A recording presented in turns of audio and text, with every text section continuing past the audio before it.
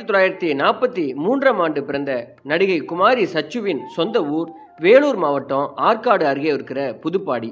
இவரது தாத்தா ராமநாத ஐயர் ஆங்கிலேயர் ஆட்சி காலத்தில் போலீஸ் சர்க்கிள் இன்ஸ்பெக்டராக இவர் வேலை செய்தவர்.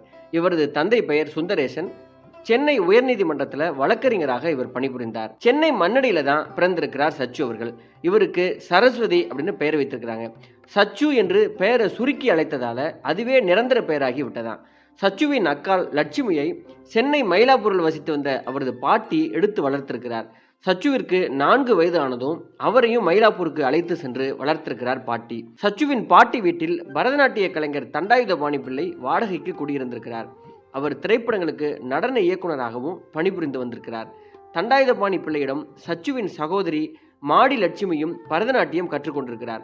அங்கு பலரும் நாட்டியம் ஆடுவதை பார்க்க செல்வாராம் சச்சு. அவர்கள் ஆடுவது போலவே இவரும் ஆடுவாராம். அவரின் ஆர்வத்தை